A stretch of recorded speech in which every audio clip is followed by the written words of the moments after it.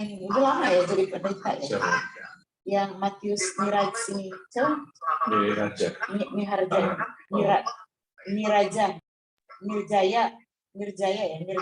Mirjaya.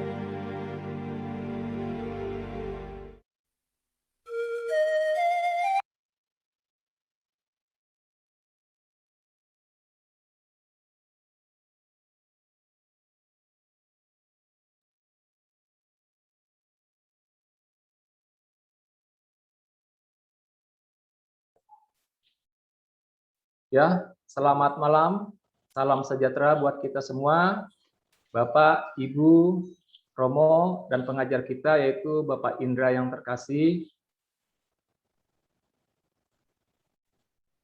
Malam ini kita akan melanjutkan untuk KKS yang kedua yang akan dibawakan oleh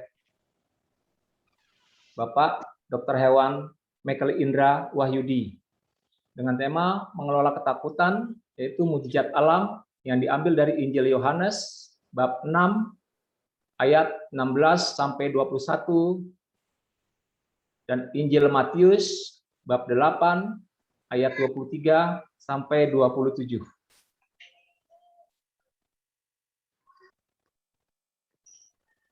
Sebelum kita memulai,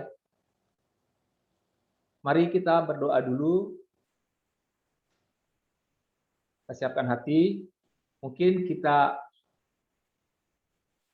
mohon bantuannya Ibu Angel yang di Samarinda, apa sudah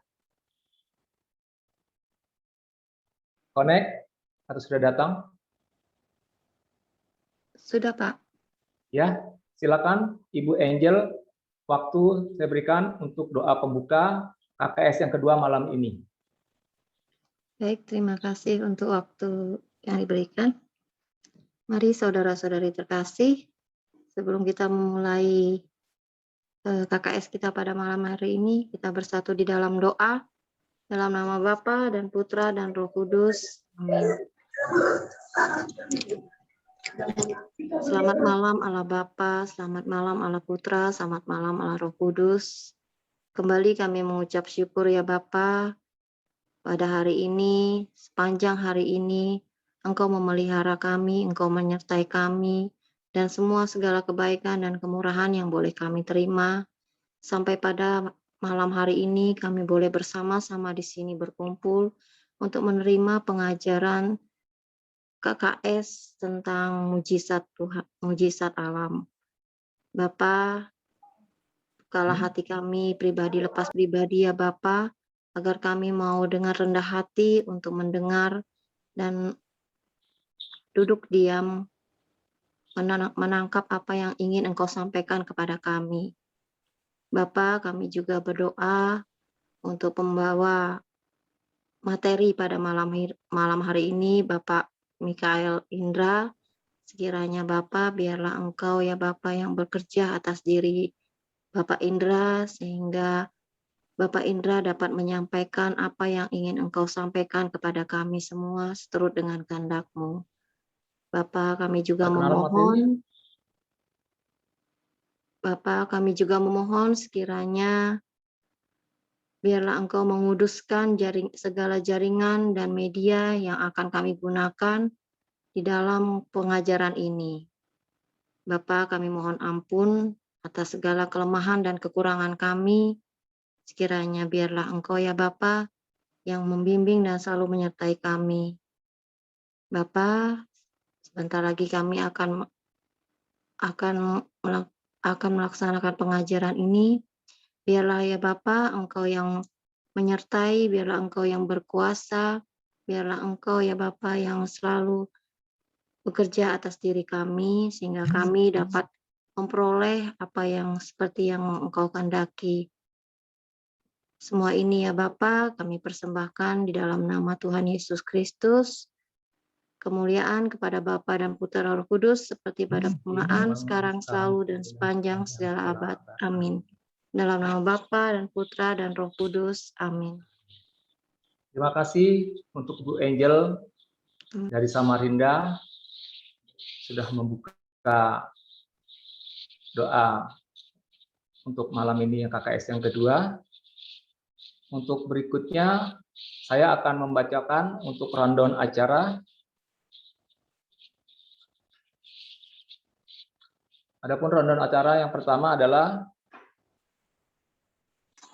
pemutaran video opening, salam pembuka, doa, itu 19.30 sampai 19.40, lalu dilanjut dengan perkenalan pembawa materi KKS yang kedua dengan waktu 19.40 sampai 19.45. Lalu dilanjut pemaparan materi KKS dimulai dari 19.45 sampai 20.25, kurang lebih waktunya 40 menit. Lalu dilanjut lagi lagu selingan atau foto bersama pukul 20 sampai 25, pukul 20.25 sampai 20.30. Lalu diteruskan dengan seksi tanya jawab dengan waktu 20.30 sampai 21.00 dengan waktu 30 menit. Lalu kita teruskan evaluasi dan kesimpulan dengan waktu 21.00 sampai 21.05. Dilanjutkan untuk undian berhadiah dengan waktu 21.05 sampai 21.10. Dilanjutkan kembali penjelasan form evaluasi dengan waktu 21.10 sampai 21.15, dan akhir acara penutup dan doa dengan waktu 21.15 sampai 21.20. Mari Bapak Ibu kita menyiapkan untuk acara selanjutnya, yaitu perkenalan pembawa materi.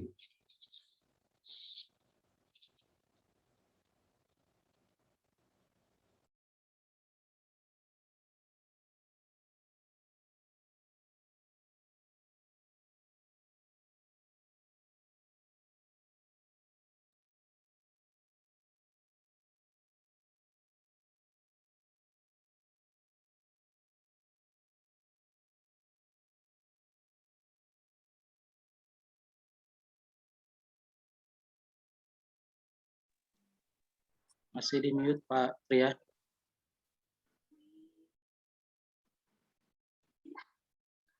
Pak Tria posisinya di mute. Ya. Ya. Malam ini untuk KKS yang kedua akan dibawakan oleh Bapak Dr. Hewan Michael Indra Wahyudi, MBI. Adapun profil beliau, pekerjaannya adalah Mobile Maternity Practice and Business Leader di suatu perusahaan swasta. Untuk pelayanannya, yaitu pelayanan gereja sebagai pengurus seksi kitab suci, paroki, BMV Katedral Bogor. Dan beliau juga sebagai pengajar kitab suci, paroki, BMV Katedral Bogor. Dan beliau juga pengajar Joy of Discovery, ZOD di Uskupan Jakarta. Dan beliau sangat berpengalaman dalam hal kitab suci maupun untuk pengembangan iman di Uskupan Bogor.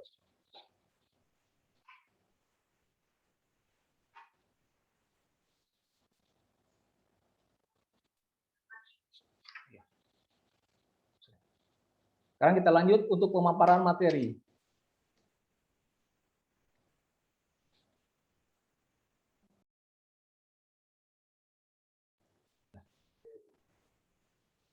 Untuk waktu dan tempat, silakan Pak Indra untuk pemaparan materi yang kami sediakan, waktu kurang lebih 40 menit. Silakan Pak Indra. Oke, selamat malam Bapak Ibu teman-teman sekalian. Luar biasa Selamat malam, Mas malam Bro. ini. Selamat malam Pak Indra. Coba Bapak Ibu teman-teman kakak-kakak sekalian yang merasa bersukacita acungkan jempol. 2 jempol, coba. Luar biasa memang ini. Kami katedral aja paling 90 orang di sini, lebih dari 100. Waduh. Saya jadi harus bekerja keras ini untuk supaya umat katedral bisa lebih banyak ya. Terima kasih sekali saya mendapat kesempatan dari dari Romo Paroki Promanton. Saya mengucapkan terima kasih kepada Ketua Seksi Kitab Suci Bapak Bensa yang sedemikian terbuka pada kami dari Paroki Bogor, Paroki Katedral Bogor untuk mencoba menyumbangkan atau memberikan pewartaan lah. Jadi teman-teman tadi sudah tahu background saya bukan background yang teologi, saya backgroundnya adalah dokter hewan. Mungkin di antara sini ada yang dokter hewan mungkin, nah disitulah pasti tahu siapa pasiennya ya. Jadi maaf kalau nanti di depan saya ada pasien-pasien di sini ya. Pak Yopi ketawa-tawa berarti pernah ke dokter hewan rupanya. Terutama cari ivermectin ya Pak Yopi ya. Karena ivermectin di dokteran hewan juga habis ludes oleh penderita COVID. Oke, Bapak Ibu sekalian, teman-teman, saya akan coba men-sharingkan apakah gambar sudah terlihat baik, Bapak Ibu sekalian? Boleh dijawab? Oke, iya. Sudah bagus. Ya, sudah bagus ya. Ada gambar yang jahat nih. Gambar apa yang jahat, Pak? Oke. Ya, jadi temanya adalah mujizat alam. Jadi kita tahu KKS ini ya mirip dengan KPKS, tapi kita 50-50 lah. Ada pengajarannya, pengetahuan, dan juga ada aplikasinya. Oleh sebab itu saya buat lebih mudah.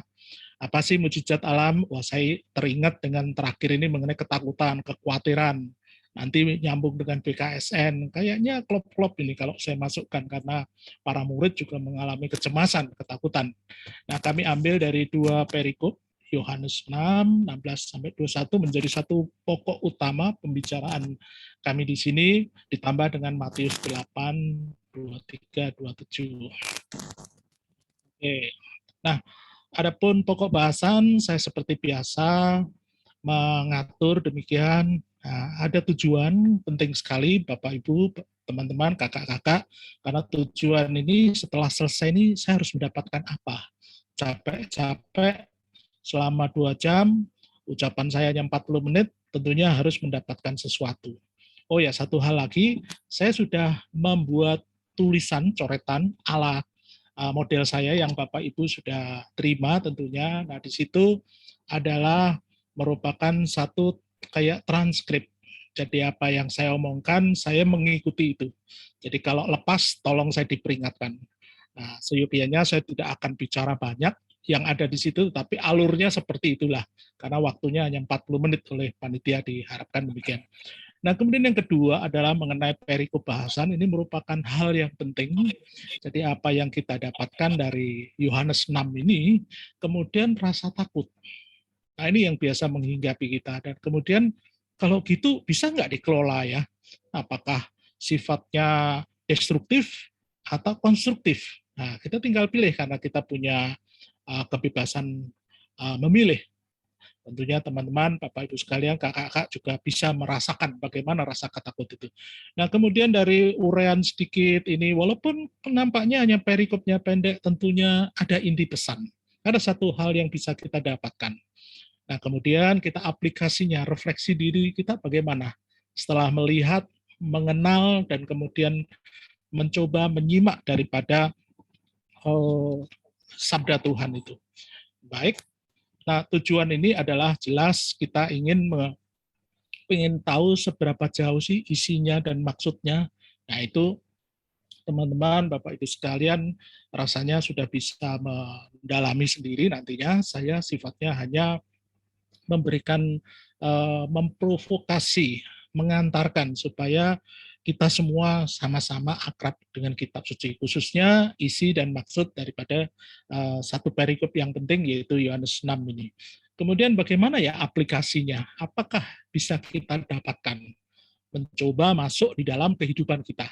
Nah, setelah kita dapatkan itu, wah kalau gitu kita bisa merupakan daya ubah. Ada satu nilai-nilai spiritualitas. Dengan demikian kita diharapkan terus bertumbuh. Ya, memang manusia jatuh bangun dan sebagainya, tetapi diharapkan terus move on, tidak berhenti di sini aja. Nah, di dalam klasifikasi mujizat, kemarin saya sudah dengar dari Romo Anton, bagus sekali penjelasan beliau, saya catat, saya amati, dan saya akan coba masuk di mujizat alam, khusus mengenai mujizat alam, walaupun berbagai macam, ada fisik, ada penyembuhan, ada eksorsisme, dan sebagainya. Itu Bapak Ibu, teman-teman, kakak-kakak, ikuti terus saja. Nah, justru ikut ambil bagian di dalam diskusinya. Artinya kalau ada sesuatu yang mungkin perlu ditambahkan, tambahkan. Nggak usah segan-segan. Kami ini sama levelnya. Jadi Bapak Ibu berhak untuk menambahkan. Nah, khususnya mujizat alam ini, kalau dalam satu buku yang saya baca dari karangan Rimmer, cukup lama, tahun 1991, saya nemu waktu di LPI, jalan-jalan untuk melihat mujizat ini. Nah, karena ini adalah yang pernah kami ungkapkan atau kami ajarkan juga di katedral tahun 2018, kalau nggak salah ya, mengenai mujizat ini. Nah, di situ tertera adanya mujizat yang kedua, dua mujizat yang dibahas ini, yaitu meredakan angin ribut. Dengan Injil sinoptik semua mencatat, kecuali Yohanes. Kemudian berjalan di atas air. Matius, Markus, dan Yohanes. Dan Yohanes sangat spesifik sekali nanti kalau kita lihat. Sekalipun sebenarnya hampir mirip-mirip lah. Karena memang penulis ini adalah mengamati sendiri, kemudian menulis dari berbagai saksi dan sebagainya. Tetapi Yohanes tetap mempunyai suatu suatu Injil yang tersendiri.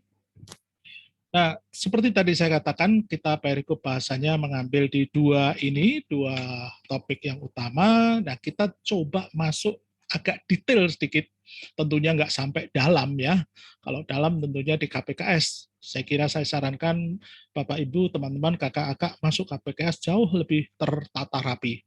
Di sini ada dosen saya, Pak Fred Mandolang, itu adalah biasa memberikan suatu penataan yang lebih bagus di sini. Nah, kita lihat dimulai dari Yohanes 6:16-21. Kalau saya tulis di dalam satu, katakanlah bukan paper ya, saya kira hanya transkrip, itu memang ayat 16-17 itu merupakan suatu awal, suatu keadaan yang sifatnya mencerminkan memang situasi di Danau Galilea, dan saat itu kemungkinan setelah pukul 18. Ini gambarnya tentunya kurang redup ya, kurang senja. Nanti di penulis lain mengatakan jam 3 malam. Nah, perbedaan waktu itu memberikan satu dimensi yang berbeda. Tapi intinya adalah menuju ke arah kegelapan. Jadi teman-teman, Bapak Ibu sekalian, mungkin sudah mengira apa ya maksudnya penulis ini menuju kegelapan gitu. Kemudian pada waktu itu murid-murid menuju ke tengah danau Galilea. Dan bisa kita bayangkan, jadi kadang-kadang membaca kitab suci perlu imajinasi ya. Kita melihat, loh, kok murid-murid berada di perahu ya? Tapi Yesusnya ada mungkin di tepi pantai. Mungkin dia menunggu, ataupun dia melihat, ataupun setelah selesai dia dalam pengajaran yang sebelumnya. Mungkin kecapean. Karena kita tahu Yesus adalah seorang manusia 100% dan Allah 100%. Tentunya mencerminkan nuansa ataupun gaya manusianya yang tulen. Nah, dari situ kita lihat bahwa agak sedikit loncat ke ayat 19, tetapi ayat 18 itu lebih mencerminkan pada keadaan, artinya keadaan murid yang mulai terasa sedikit menjadi kompleks situasinya. Saya terloncat, ayat 18 saya hilang, yaitu ayat 18 itu menunjukkan bahwa angin kencang mulai ada, mulai ribut. Dan di situ terjadi satu, ya katakanlah perahu bergoncang. Suatu badai yang menghempas daripada kita bayangkan begitu luar biasa. Saya dengar dari satu uraian, kalau nggak salah di National Geographic itu bahwa katanya Galilea itu berada 400 meter di bawah semacam kayak cekungan. Di pinggirnya ada semacam tebing-tebing dan pegunungan-pegunungan, dan danau itu berada di bawah 400 meter di bawah permukaan laut. Jadi secara iklim memang suatu saat tenang, tapi suatu saat mendadak akan terjadi chaos, terjadi suatu badai. Dan ini memang sudah dialami. Mereka sudah punya satu trik-trik tertentu. Karena kita tahu murid-murid Yesus itu akan nelayan di Galilea di situ, Danau Galilea atau Danau Tiberias, Genesaret, dan sebagainya, namanya sama. Dan dia sebenarnya sudah sering mengalami. Tapi kali ini, kalau menurut pengamatan ataupun imajinasi kami, demikian berat, demikian besarnya. Sehingga dikatakan pada waktu perahu 2-3 mil. Nah, kita lihat Yohanes ini demikian detail ya. Kalau di sinoptik mungkin hanya beberapa jaraknya, tapi di Yohanes ini 2-3 mil dari pantai. Dan dia mengalami satu ketakutan. Di tengah ketakutan itu nampak sosok seorang yang berjalan di atas air.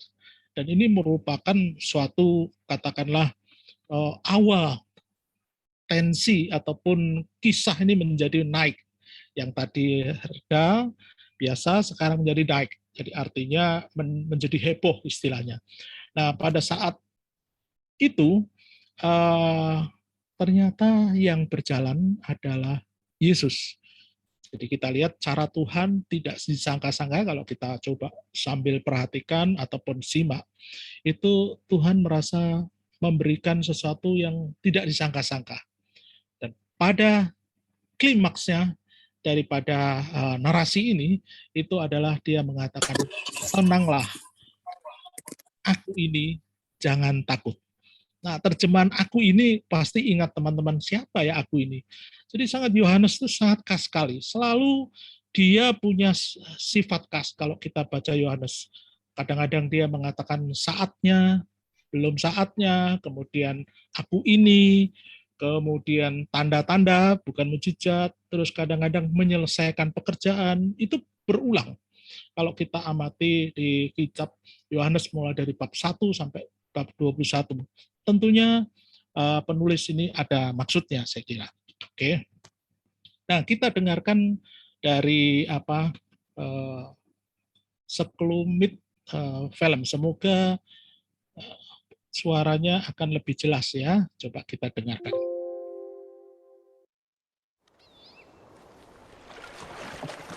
Ketika senja tiba, murid-murid Yesus turun ke danau, naik ke perahu, dan menyeberangi danau menuju Kapernaum. Ketika senja tiba, murid-murid Yesus turun ke danau, naik ke perahu, dan menyeberangi danau menuju Kapernaum. Hari mulai malam, tetapi Yesus belum juga menemui mereka.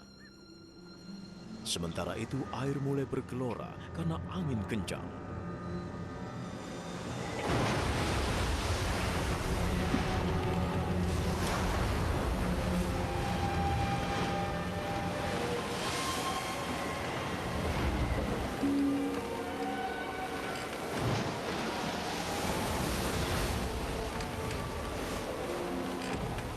Para murid sudah berlayar sekitar 5 atau 6 kilometer ketika mereka melihat Yesus berjalan di atas air.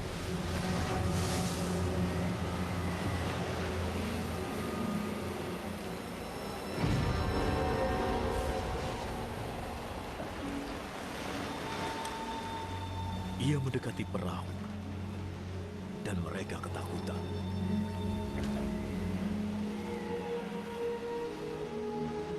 Jangan takut. Ini aku.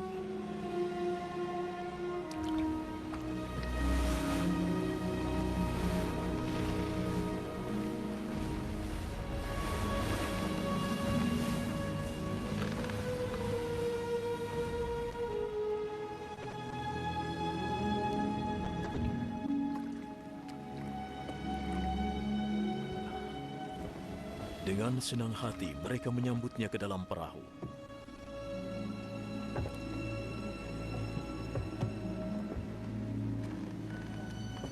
Dan saat itu juga perahu itu sampai di tempat yang mereka tuju. Keesokan harinya, orang banyak yang masih ada di seberang danau menyadari bahwa tadinya hanya ada satu perahu di sana. Mereka tahu bahwa murid-murid Yesus sudah berangkat dengan perahu itu, sedangkan Yesus tidak ikut. Beberapa perahu yang datang dari Tiberias berlabuh di dekat tempat orang-orang itu makan roti sesudah Tuhan mengucap syukur. Ketika mereka melihat bahwa Yesus dan murid-muridnya tidak ada di situ, mereka naik perahu itu dan pergi ke Kapernaum untuk mencarinya. Iya, Bapak Ibu dan teman-teman, kakak-kakak sekalian, cerita memang menurut Yohanes demikian, tapi mungkin Bapak Ibu atau teman-teman melihat sinoptik mungkin sedikit berbeda. Kadang-kadang ada di situ ditulis atau dikatakan murid itu hantu. Kita ingat di bacaan kitab suci pada 2 minggu 3 minggu yang lalu juga demikian ya. Jadi itu diucapkan. Terus tadi ada terucap aku ini. Jadi kita ingat pada satu konsep aku adalah, yaitu ketika Musa dia diminta untuk berhadapan dengan Firaun, Musa bertanya pada Tuhan, terus siapa ini yang menyuruh saya? Siapa? Istilahnya begitu ya. Ya dijawab Tuhan adalah aku. Agak dalam, sulit untuk dimengerti. Nah, apalagi di Yohanes kita kenal ada konsep 7 saya atau aku. Akulah roti hidup, akulah terang dunia, akulah pintu, akulah gembala yang baik, akulah kebangkitan dan hidup, akulah jalan dan kebenaran dan hidup, dan terakhir, akulah pokok anggur yang benar. Jadi kalau kita sama-sama merasakan memang Yohanes ini mempunyai ciri khas yang agak berbeda.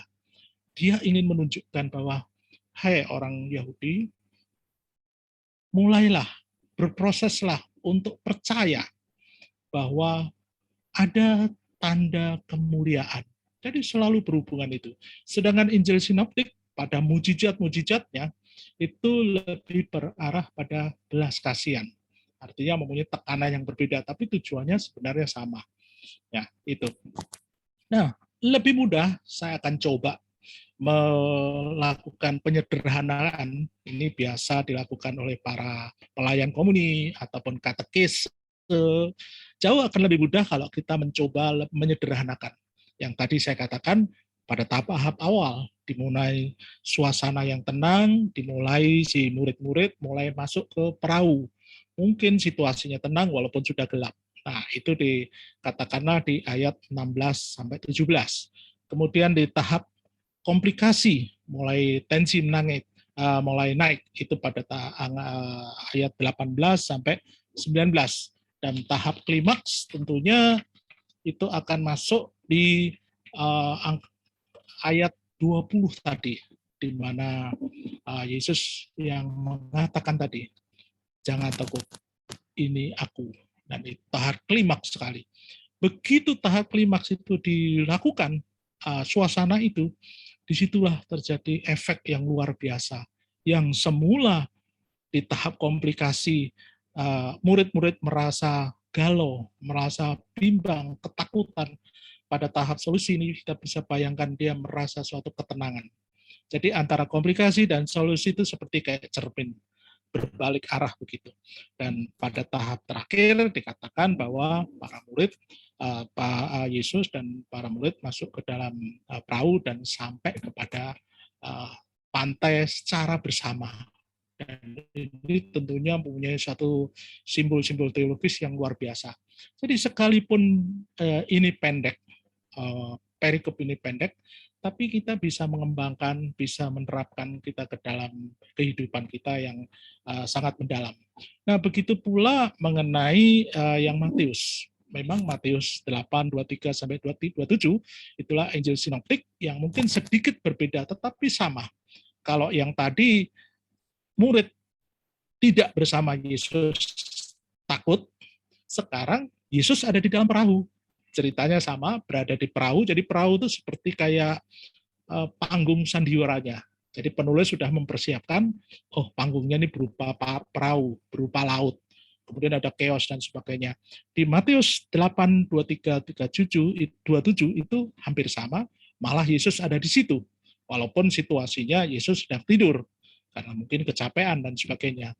Nah, di ayat 23 jelas mulai terjadi suatu hal yang mendasar, tahap awal, di mana ke-12 murid ada di situ dan selalu setia mengikuti Yesus dan tetap dengannya. Dan ini menunjukkan sesuatu yang agak berbeda dengan tadi, penulis dari Yohanes terpisah, sekarang berada di situ. Tapi tetap sama, konteksnya ketakutan dan kecemasan. Kemudian di ayat 24, itu mulailah ada suatu chaos, suatu titik suatu klimaks, belum klimaks tapi menimbulkan keadaan yang mulai tensinya naik. Kalau dikatakan satu cerita itu, di situ angin ribut, ada badai yang mempersulit daripada si murid-murid ini. Itulah permasalahan. Nanti kita bisa lihat bahwa badai kehidupan di kita sehari-hari juga menjadi atau menemui berbagai permasalahan kita semua berbeda ya. Nah, disitulah mulai ada suatu titik yang mulai Yesus mengatakan atau meredakan angin ribut, mulai yang galau, yang takut, yang katakanlah tadi murid-murid malah bicara, Tuhan, tolonglah kita binasa. Malah mungkin pada Injil sinoptik lainnya mungkin agak sedikit lebih galak lagi. Artinya menunjukkan bahwa murid-murid ini ya sebagai manusia mungkin kecewa. Kok ada Tuhan, dia percaya sang gurunya, tetapi tidur dan sebagainya. Oleh sebab itu, dengan segala spontanitasnya, si murid-murid ini mengatakan ingin ditolong dengan kegalauan dan ketakutannya. Dan pada berikutnya, Yesus juga memberikan respon. Jadi mengapa kamu takut? Artinya kamu sudah beserta saya. Kalau saya pun berada di situ, ya sama. Saya merasa seperti kayak murid-muridnya. Gimana gak takut? Yang namanya gelombang dahsyat, yang saya bisa bayangkan, itu mungkin tidak sebentar ya. Karena antara perbedaan angin, perbedaan arus bawah, arus atas itu yang konon di Daniel Galilea itu sangat dahsyat sekali. Kelihatannya tenang, tapi di bawahnya dia muter dan sebagainya. Kemudian angin dan sebagainya. Tapi intinya adalah bahwa penulis ini mengatakan bahwa murid-murid itu masih kurang percaya, masih belum mengandalkan bahwa di situ ada sang guru. Dan akhirnya ada satu kejadian yang betul-betul klimaks, Yesus meredakan dan semua menjadi tenang dan bahkan menjadi takjub dan heran. Itu yang bisa kita dapat dari beberapa cuplikan bahwa tadi yang semula di tahap meningkatnya peristiwa atau complicated peristiwanya ini, itu bahwa murid-murid merasa ada ketakutan, kecemasan, tetapi setelah Yesus bertindak, setelah mengadakan mujizat, mereka menjadi takjub dan heran. Jadi ada merupakan dua sisi yang berbeda, terjadi satu shift, terjadi satu pergantian. Itulah mujizat Tuhan, mujizat Yesus. Dan kalau kita lihat tadi seperti tadi segitiga, jadi saya suka sekali untuk coba menyederhanakan. Ini agak sedikit simpel lagi. Jadi di ayat 23 kita katakanlah awal, kemudian mulai complicated di ayat 24 dan 25. Kemudian di ayat 26 kita sebut sebagai katakanlah klimaks, di mana Yesus meredakan. Kalau tadi dia berada di atas berjalan di atas air dan dikatakan jangan takut, ini aku, kalau ini adalah meredakan dia. Artinya semuanya menjadi tenang. Dan bahkan dia mengatakan, mengapa kamu takut yang kurang percaya? Dan yang terakhir adalah tahap solusi. Jadi artinya orang-orang itu menjadi lebih percaya, bahkan yang luar biasa ada yang berbunyi, orang apakah dia ini? Orang apakah dia ini? Sehingga angin danau pun taat kepadanya. Jadi antara ya dan tidak, di antara mereka juga masih ada suatu katakanlah simpang siur. Dia ada yang percaya, ada yang setengah percaya, dan sebagainya.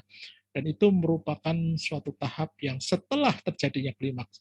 Sedangkan tahap akhir, kalau saya lihat di dalam perikop ini tidak menunjukkan. Tapi teman-teman atau Bapak-Bapak sekalian, Bapak Ibu sekalian boleh menambahkan tahap akhir itu seperti ini. Nah, ini merupakan cara sederhana untuk mencoba mengerti satu cuplikan daripada narasi teks. Jadi apa yang perlu kita coba dapatkan di sini? Jadi adalah rasa takut. Mungkin teman-teman, Bapak Ibu sekalian, kakak-kakak bisa melihat di antara dua itu pasti ada sesuatu yang diminati. Tapi kali ini khususnya saya akan mencari suatu kata yang penting. Frasa atau kalimat atau kata yaitu mengenai ketakutan ini. Rasa takut ini. Kita sebagai manusia tentunya punya rasa takut. Kalau orang normal ya, artinya sama-sama kita orang normal itu punya rasa takut. Kalau tadi dari perikop Yohanes 6:16-21 itu kondisi murid yang seperti saya katakan tanpa kehadiran sang guru. Tetapi kalau yang Matius 8:23-27 adalah kondisi murid berada dalam perahu. Tetapi semua same adalah rasa takut, anxiety, kecemasan, kegalauan. Sehingga saya coba ambil apa ya rasa takut ini. Nah, menurut Kamus Besar Bahasa Indonesia, takut katanya berarti merasa gentar atau ngeri menghadapi sesuatu yang dianggap akan mendatangkan bencana. Tidak berani melakukan sesuatu sehingga ada satu kegelisahan yang bercampur baur di situ. Tapi saya lihat di kamus ini juga memberikan pengertian takut adalah takwa, segan dan hormat. Nah, nanti kita ingat bahwa takut akan Tuhan. Seperti di kitab Pekotbah ataupun di Putra Sirak, itu diharapkan kita takut. Takut berarti adalah menghormati, miskin di hadapan Tuhan. Itu rasa-rasa ketakut yang sifatnya tentunya yang konstruktif. Makanya saya ambil dua arah. Apakah takut kita terus secara destruktif, artinya merusak secara psikologis kita, yang akhirnya nanti menjadi satu katakanlah penyakit dengan situasi pandemi ini, ataukah kita mulai bentuk ketakutan ini, ayo kita susun menjadi satu konstruktif. Nah, saya nggak tahu, Bapak Ibu, teman-teman punya satu cara-cara tersendiri, sehingga yang semula takut, kemudian saya melakukan vaksinasi, saya melakukan pakai masker, saya melakukan jarak, menjaga jarak, dan sebagainya, 5M, 7M, dan sebagainya, itulah diantaranya adalah konstruktif. artinya takut yang membawa satu kedamaian di situ nantinya. Nah, ada satu resep yang mungkin saya juga berpikir, nah kalau gitu mungkin kita harus bisa mengelola. Ini yang menjadi inti daripada malam ini, yaitu yang saya dapatkan, gimana dong mengelola ketakutan. Nampaknya simple. Bapak Ibu pasti juga mengalami, saya pun juga demikian. Tidak ada orang yang tidak akan lepas dari ketakutan. Nah, ternyata ditawarkan ada 3. Saya sudah tulis, saya tidak akan baca semua, karena waktu saya kira. Yang pertama, jelas sebagai manusia yang penuh dengan akal, dikasih karunia untuk berpikir, menggunakan pengetahuan, menggunakan ya apa saja, bagaimana kreativitas? Yang pertama adalah mengandalkan kemampuan pribadi. Di dalam tulisan ataupun kisah-kisah kitab suci banyak banget yang kita bisa lihat, beberapa kisah, misalnya Yakub misalnya, sebelum ketemu dengan Esau kakaknya, dia demikian takut di situ. Dia gunakan bagaimana caranya supaya kakaknya tidak marah dengan dia. Karena jelas Yakub itu mempunyai atau merasakan atau sadar bahwa dia ada kesalahan besar. Makanya dia bawakan upeti, dia bawakan berbagai ternak dan sebagainya untuk supaya Esau tidak marah. Tapi tetap unsur ketakutannya ada di situ. Dia mengandalkan kemampuan diri pribadi untuk mencoba supaya tidak ada supaya ketakutannya berkurang.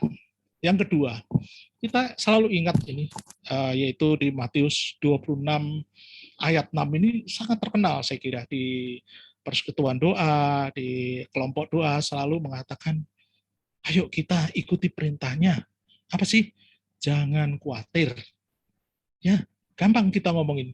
Seperti dikatakan Yesus, aku berkata kepadamu, janganlah khawatir akan hidupmu, akan apa yang hendak kamu makan atau minum. Dan janganlah khawatir pula akan tubuhmu, apa yang hendak kamu pakai.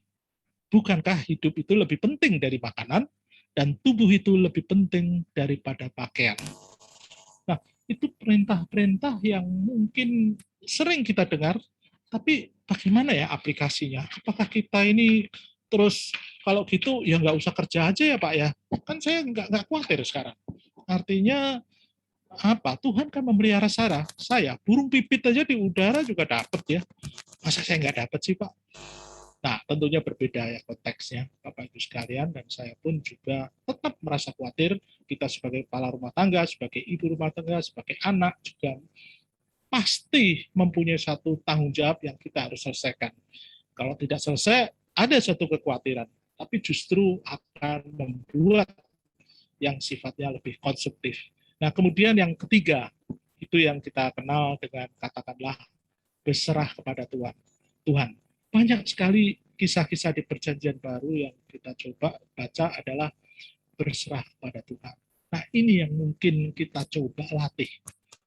Saya masih merasa lemah.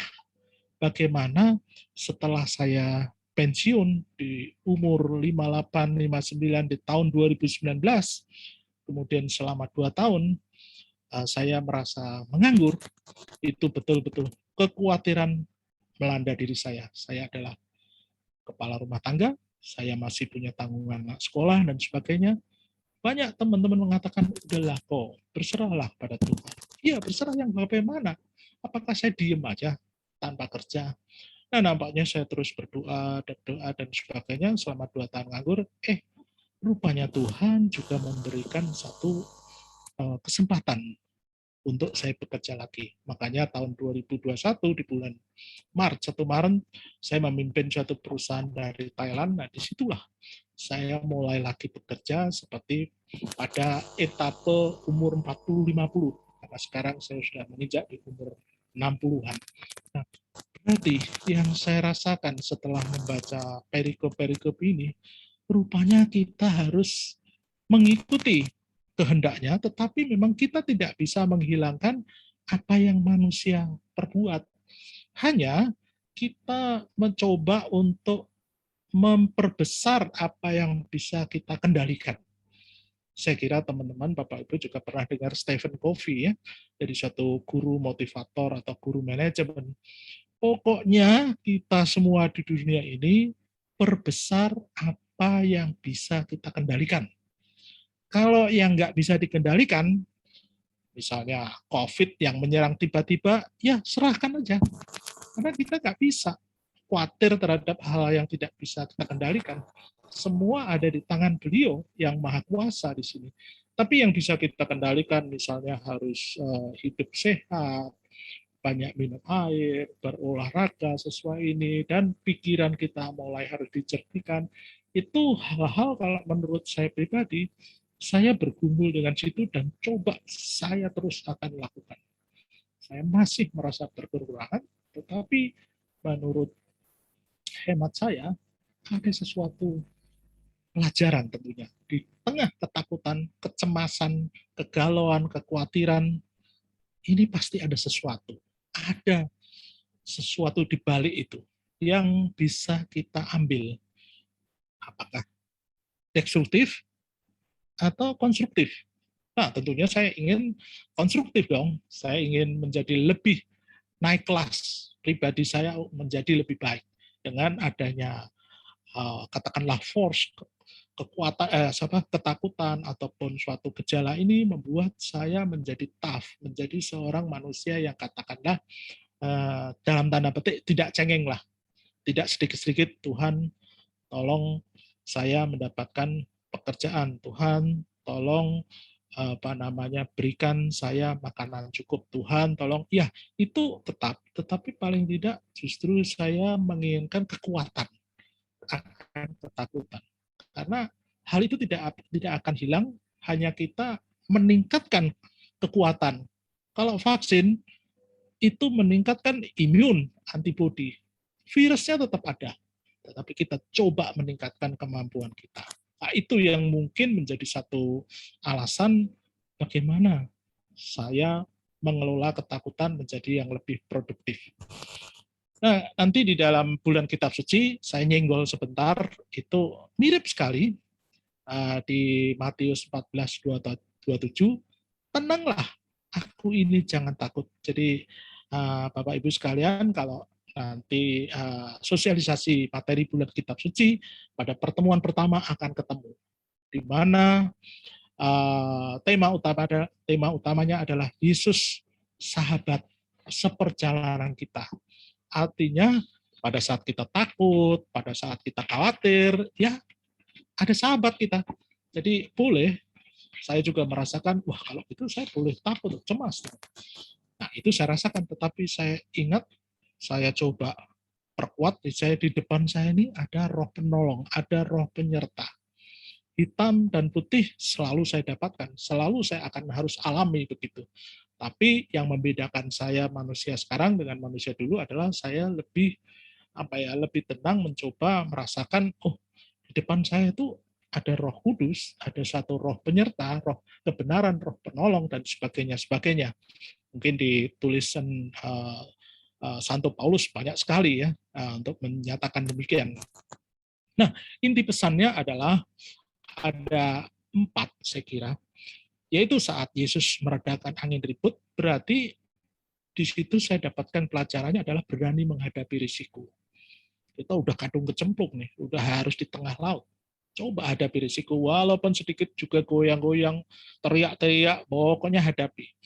Yang kedua, Yesus berjalan di atas air, ya saya harus percaya kepada Dia. Saya bertumbuh sama Dia. Nah, gimana tidak gitu? Ini di tengah samudra soalnya. Nah, yang ketiga, saya di dalam ketakutan, di dalam kepanikan, di dalam apapun omongannya, saya harus punya satu spiritualitas, suatu api yang berkobar-kobar, dilatih oleh berbagai angin, air dahsyat dan sebagainya di dalam kehidupan ini. Kalau begitu, mukjizat Yesus ini menimbulkan suatu dalam tanda petik imun menjadi iman yang menjadi spiritualitas kita, daya suatu yang berkobar-kobar terus. Dan yang terakhir adalah kita semua, termasuk saya, adalah pelayan gereja yang harus melayani Tuhan, yang sifatnya harus berjiwa misioner. yang selalu mengabarkan sukacita. Setelah kita dapatkan berbagai tool dengan berbagai kekuatan dan berbagai spiritualitas, kita maju lagi selangkah, yaitu dengan melalui katakanlah suasana hati, suasana pikiran, kemudian ucapan, tindakan, itu di depan sesama kita menjadi satu anak Allah, anak manusia gitu, sebagai pelayan gereja yang sifatnya dengan demikian kita bersifat berjiwa misioner. Nah, ini menjadi pergumulan saya juga. Di tengah saya harus bekerja sebagai seorang salesman obat hewan, bisa nggak saya melakukan ini? Apakah saya mengajarkan pada anak buah saya menjadi kecurangan dan sebagainya? Nah, itu begitu saya mengatakan saya komit, tiba-tiba di depan disodorkan suatu yang menantang. Nah, timbul pergumulan lagi, timbul suatu kekhawatiran. Itu terus, tiap detik kita itu selalu demikian. Apa yang menjadi refleksi kita dari perikop ini? Tentunya kita mencoba dengan dua mujizat itu hidup sebagai nabi, mewartakan kabar sukacita, imam mengajarkan hidup dalam kedudusan di dalam keluarga kita, atau juga raja melayani dengan sukacita. Kita dibaptis, tentunya 3 tugas gereja ini yang harus kita pegang di sini. Kemudian, apakah saya sudah menghadirkan Yesus dan berpasrah dalam mengelola ketakutan, kecemasan, dan kegalauan? Nyatanya, saya masih rapuh, saya masih menyalahkan keadaan, saya masih katakanlah ketakutan tetapi masih menyalahkan. Wah, Tuhan ini nggak adil nih. Wah, Tuhan ini tidak hadir, tidak ada di dalam saya pada saat saya tidak nyaman di sini. Nah, nomor 3 adalah mampukah saya melakukan langkah nyata menjadi daya ubah. Dengan 2 mujizat ini menjadi pribadi saya menjadi naik kelas, menjadi lebih tahu, oh ternyata 2 mujizat menjadi salah satu bagian pengajaran perjalanan saya untuk menjadi manusia yang katakanlah tidak 100% tapi berproses untuk menuju ke arah sesuai dengan firman-Nya. Nah, itu merupakan pergumulan Bapak Ibu sekalian, saya pun merasakan sekali. Tidak bisa hanya soal saya bisa ngomong demikian, tapi paling tidak saya bisa menulis, saya bisa ngomong ini, mengingatkan saya terus. Daripada saya tidak mengatakan ini ataupun saya tidak sharing dan sebagainya, malah lupa. Tapi dengan demikian kalau saya berbuat sesuatu yang keluar atau melenceng dari rel, diingatkan, "Hai Indra, kamu sudah ngomong gini loh. Kok kamu melakukan yang kurang elok lah," katakanlah. Nah, itu kira-kira tujuan saya pribadi. Saya biasa membaca, saya suka menulis singkat, dan saya suka mewartakan. Tujuannya adalah saya memperbaiki diri saya sendiri. Oke, saya kira itu tepat waktu saya 40 menit. Bang Tria, semoga apa yang saya ucapkan bukan berasal dari, katakanlah, kesombongan saya, intelektual saya, tidak. Saya berasal betul-betul dari apa yang tertulis di situ, mencoba saya akan refleksikan, saya coba tulis. Dengan demikian, mungkin ada yang bisa ditularkan. Tiap orang berbeda-beda. Oleh sebab itu, mohon maaf kalau memang kurang mengena dan sebagainya, tolong Bapak Ibu juga bisa tambahkan. Saya akan memperhatikan sekali. Oke, selamat malam. Tuhan memberkati. Amin. Ya, terima kasih kepada Bapak Indra yang sudah memaparkan sangat baik sekali dan sangat jelas sekali mengenai tentang angin ribut yang diredakan oleh Yesus, lalu Yesus berjalan di atas air, dan ini menjadi hal yang bagus buat kita semua, apa yang disampaikan Pak Indra. Selain mengajarkan secara Alkitabiah, Pak Indra juga mengajarkan seri iman akan Yesus Kristus, dan ini sangat baik sekali buat kita semua. Pak Indra, terima kasih banyak atas pengajaran yang malam ini yang sangat inspiratif sekali untuk Pak Indra dan untuk kita yang menerimanya. Semoga ini menjadi bekal buat kita untuk memperdalam mengenai mujizat-mujizat Yesus dan masih banyak lagi. Dan secara detail, Pak Indra sudah sampaikan secara detail sekali. Terima kasih banyak, Pak Indra. Lalu kita melanjutkan untuk acara kedua, untuk lagu dan selingan maupun foto bersama. kepada Bapak dan Ibu peserta yang lain, jika ada suatu hal yang mau ingin ditanyakan kepada pemateri, yaitu ke Bapak Indra, bisa langsung ke kolom chat. Nanti kita akan sampaikan ke Pak Indra sebagai pemateri.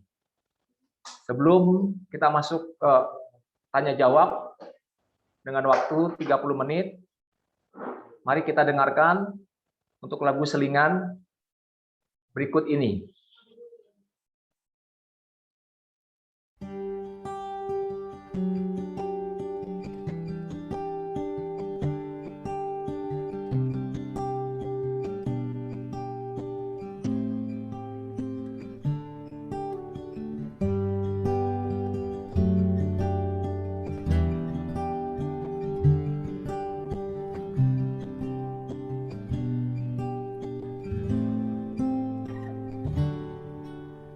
Seperti rusa rindu, sungaimu jiwaku rindu engkau. Kaulah Tuhan hasrat hatiku, ku rindu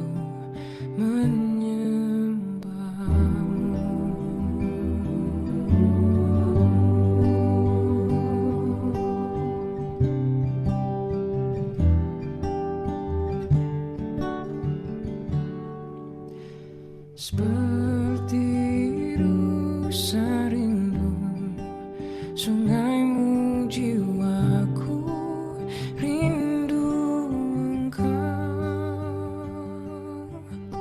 Kaulah Tuhan hasrat hatiku, ku rindu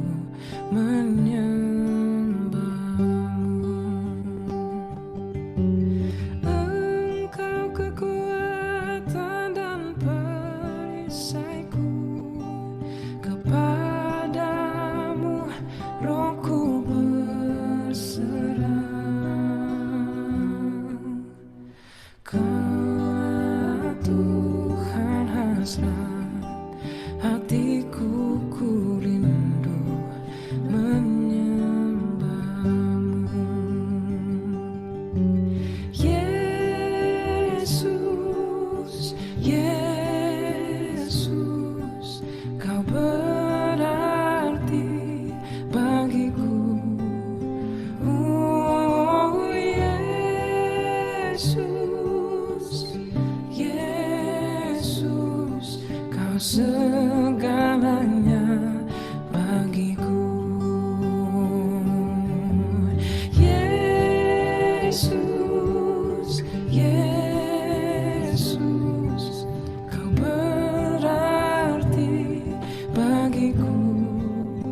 Oh Yesus, Yesus, kau segalanya bagiku.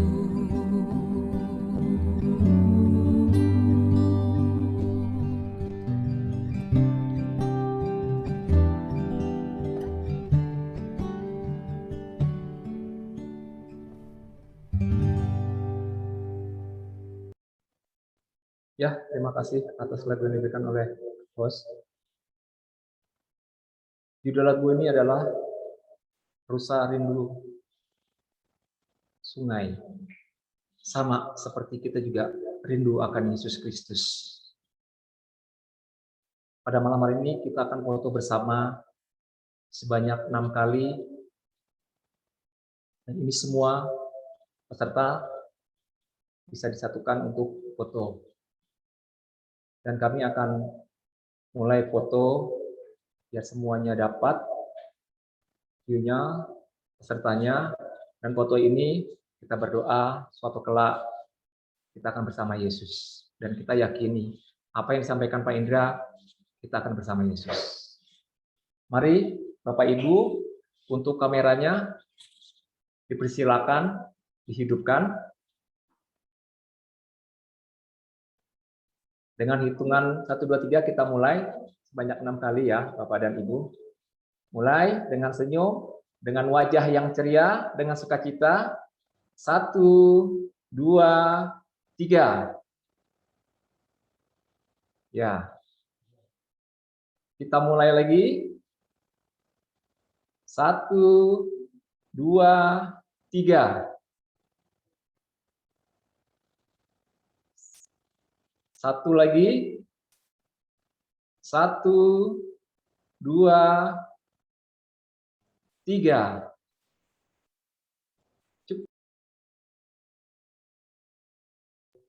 Ya, Bapak dan Ibu, nih di surga baru dapat setengah gambar kita, jadi 3 kali lagi ya Bapak dan Ibu ya. Mudah-mudahan full kita ada di sana untuk persiapan kita nanti. Ayo Bapak dan Ibu, senyum untuk menghadap, melihat wajah Yesus. 1, 2, 3. Ya, 2 kali lagi. 2 kali lagi. 1, 2, 3. Dan ini yang terakhir, wajah yang paling manis. Karena kita adalah penghuni surga. Dengan termanis-manisnya yang paling manis. 1, 2, 3. Ya, Bapak dan Ibu, terima kasih atas foto dan wajahnya yang sangat manis. Dan itu sudah didokumenkan di surga bersama Yesus. Mari sekarang kita masuk ke sesi tanya jawab dengan waktu 30 menit. Mungkin bisa ditampilkan.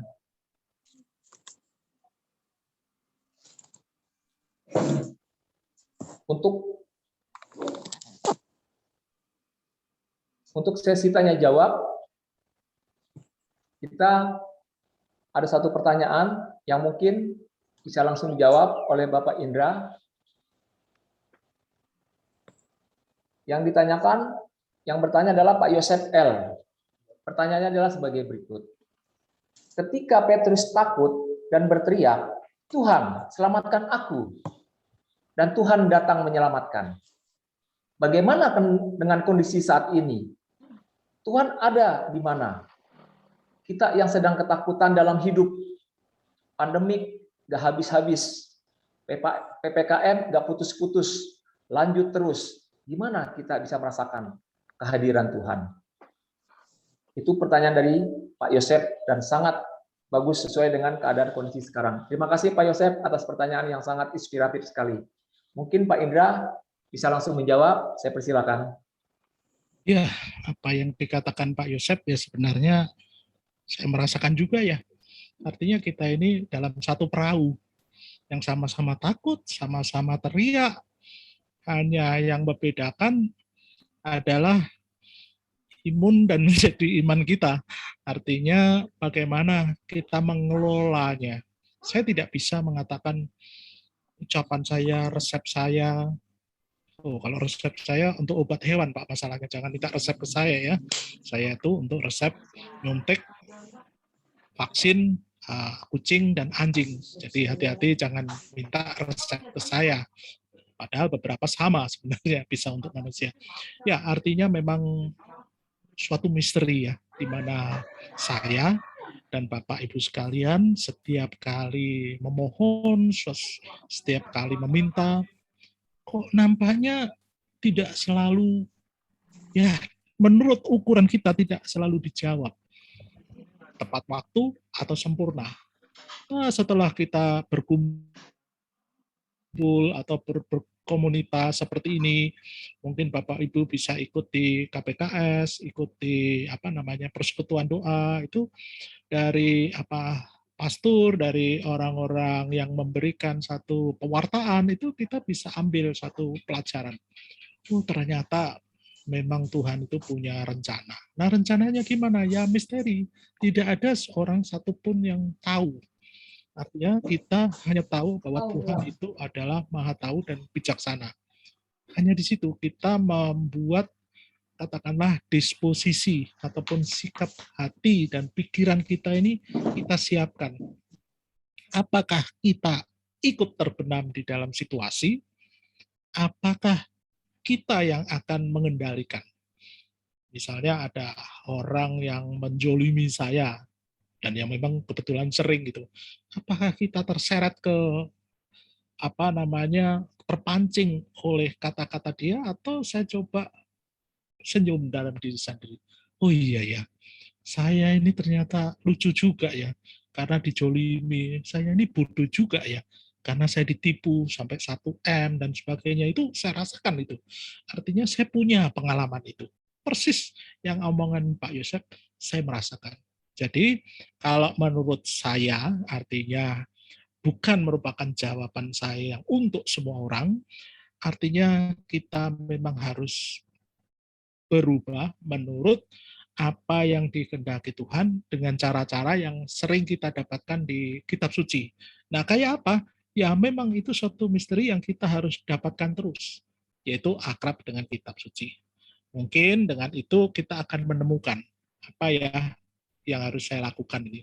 Paling tidak kita sudah ikhlas, sudah terbuka diri, mau Tuhan membentuk kita, ya itu.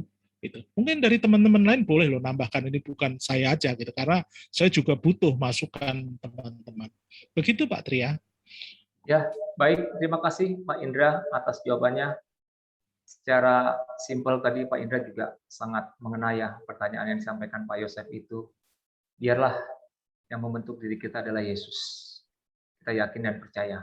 Dan ini suatu keyakinan yang Pak Indra sampaikan ini yang sangat mendasar bagi kita sebagai pengikut Yesus. Dan ini akan kita bawa. Terima kasih Pak Indra untuk pertanyaan yang disampaikan oleh Pak Yosef. Mungkin ada pertanyaan berikut, silakan bisa di-slide. Ini kedua pertanyaan dari Pak Yakobus Sugeng. Pertanyaannya adalah, kenapa para murid takut ya? Padahal mereka sudah tahu bahwa Yesus berjalan di atas air itu adalah Yesus. Nah ini pertanyaannya ini benar-benar sangat mendasar ya. Karena para rasul adalah orang yang sangat dekat sama Yesus, tapi kenapa masih tidak percaya? Intinya itu Pak Indra yang ditanyakan oleh Pak Yakobus Sugeng. Silakan Pak Indra bisa memaparkan hal ini. Terima kasih Pak Yakobus Sugeng. Nanti mohon Pak Yakobus Sugeng juga ikut menjawab saya ya atas pertanyaan ini. Saya balik, ini pertanyaan saya. Jadi kalau sudah kenapa itu saya perlu semedi, perlu cari histori, perlu cari data. Saya kalau lebih suka kalau bagaimana ya. Bagaimana murid itu bisa takut? Itu saya lebih berani membuat satu, katakanlah menyusun kata-kata. Tapi kalau kenapa? Wah, saya harus mencari satu, katakanlah desk research, mencari bukti-bukti. Karena kalau udah why, itu saya perlu banyak bukti. Nah, sedangkan kita ini membaca kitab suci mungkin tidak terlalu banyak kita tahu. Kenapa ya murid itu takut? Tapi kita bisa rubah. Oh, iya. Bagaimana ya itu prosesnya kok murid takut? Notabene dia orang di dekat Tuhan kok, dia orang murid, kan nggak salah dong. Kalau misalnya murid itu adalah harus yang betul-betul firm, dia harus kuat, dia harus menjadi contoh gitu. Tapi tetap juga ya takut. Nah itu menunjukkan bahwa ya dia manusia. Karena manusia salah satu hakikinya adalah suatu ketakutan, kecemasan, dan sebagainya. Nah, itu yang mungkin kita bisa masuk di dalam area yang sama di murid. Bagaimana murid itu bisa berproses takut? Nah, tentunya dari pandangan psikologis, dari pandangan fisiologis, biokemis itu ada semua. Nah, saya memang sebenarnya awalnya itu terlatih untuk berbicara yang sebab akibat. Jadi misalnya, katakanlah begini, kucing datang ke saya, dia pilek, dia bersin-bersin. Itu kenapa ya? Artinya bagaimana ya dia prosesnya? Mesti ada satu sebab. Nah, sebabnya ini mungkin saya telusuri dari pengamatan, dari cairannya, dari matanya, kemudian dari katakanlah selaput lendirnya, sampai pada gambaran darahnya itu mendukung nggak kira-kira? Anamnese ataupun berita awal itu mendukung nggak menjadi set, ini ternyata cat flu nih. Cat flu itu sangat jahat. Jadi virus influenza ya juga jahat seperti kayak COVID, tetapi di kucing, di anjing itu berbeda, tetapi sama dia. Dia sangat menurunkan imun dan sebagainya. Sehingga dengan adanya proses takut ini, saya begitu membaca kitab suci tergoda saya. Aduh, gimana ya? Mulainya dari mana? Kadang-kadang buntu saya. Cuman saya ingat, oh iya ya, dia itu kan murid. Murid itu adalah terdiri manusia yang mempunyai perbedaan-perbedaan sifat. Apakah dia dominance, apa dia intimacy, ataukah dia katakanlah dia accuration dan sebagainya, seperti kalau orang psikologi membuat pemetaan orang atau campurannya dari itu, paling tidak murid itu pasti ada sesuatu. Memang tidak semua murid mungkin takut, tapi kebanyakan begitu ada badai yang notabene murid itu tahu dan dia pengalaman terhadap nelayan, nyatanya takut. Jadi artinya apa ya? Artinya di situ walaupun kita segagah-gagahnya, kita ini kuat, mungkin tidak perlu Tuhan bisa, tidak perlu penolong bisa, tapi nyatanya begitu diberikan sakaratul maut, baru meminta. Nah itu mungkin saya bisa rasakan itu. Tentunya jawaban saya mungkin kurang mengena Pak Sugeng, mungkin coba dilengkapi teman-teman, tapi paling tidak memang murid itu sangat takut pada situasi-situasi tertentu. Situasi-situasi tertentu yang lain tidak takut. Begitu kira-kira, Pak Tria. Ya, terima kasih Pak Indra.